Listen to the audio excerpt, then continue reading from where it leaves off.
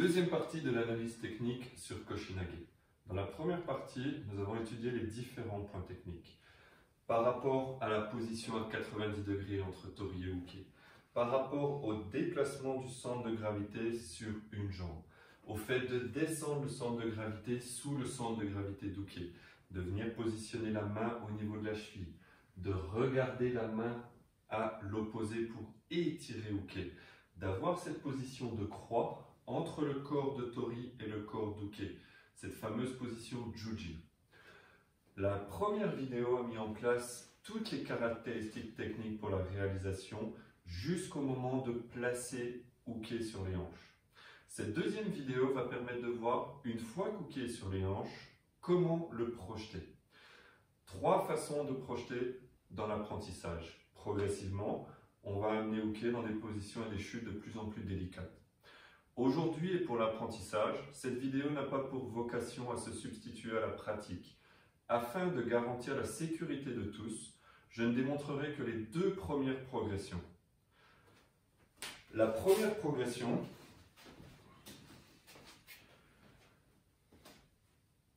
va faire passer uke d'un point A à un point B, autour de moi. Au début, mon apprentissage va être de me positionner correctement et ensuite de charger uke et finalement de passer ici à ici, de transférer mon centre de gravité de droite à gauche d'une jambe à l'autre. C'est la première façon d'apprentissage pour faire chuter uke. Un conseil sécuritaire sur lequel j'insiste dans chacun de mes cours et stages, pour Koshinage, dès que la position se présente, que la technique soit amenée jusqu'à sa fin ou pas, qu'il y ait chute ou pas, uke doit venir s'accrocher sous l'aisselle de tori. Et cela même si la chute n'est pas réalisée. Quelle que soit la fin du mouvement, uke doit s'accrocher et ne pas lâcher. Cette façon de faire lui permettra toujours de se dérouler, peu importe la capacité technique de tori. C'est très important d'un point de vue sécuritaire de ne pas lâcher.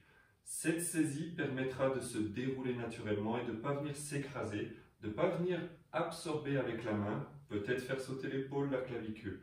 Dans tous les cas, et ça j'insiste encore une fois avant d'aller plus loin, venez saisir sous l'aisselle le kimono. Donc première progression, je vais apprendre à transférer d'un point A à un point B. Je reprends tous mes points techniques. Une fois que je suis dans cette position, je vais transférer, je charge et je transfère de l'autre côté.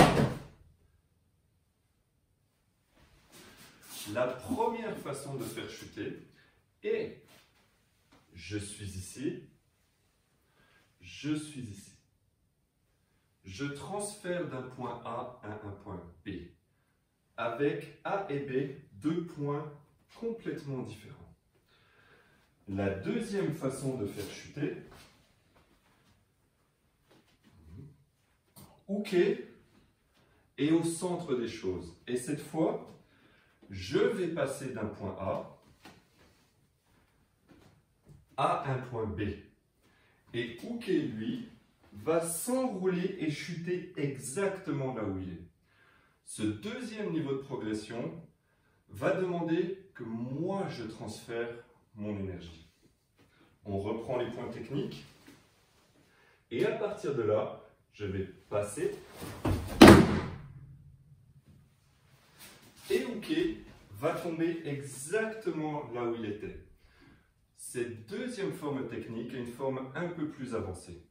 La troisième forme sera envisagée lors de pratiques tatami.